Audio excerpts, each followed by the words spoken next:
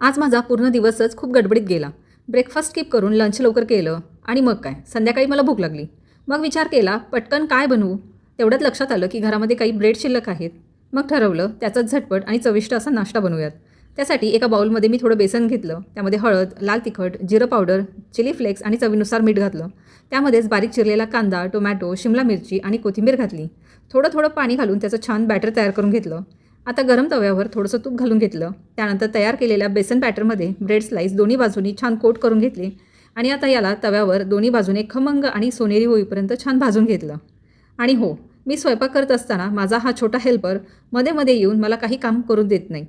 पण मी स्वयंपाक करत असताना मात्र एक प्रश्न तो नेहमी मला विचारतो.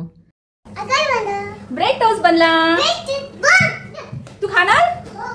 तर अशा पद्धतीने मी हे खमंग मसाला ब्रेड टोस्ट तयार करून घेतले आहेत. टोमॅटो केचप किंवा हिरव्या चटणीसोबत खूप छान लागतात.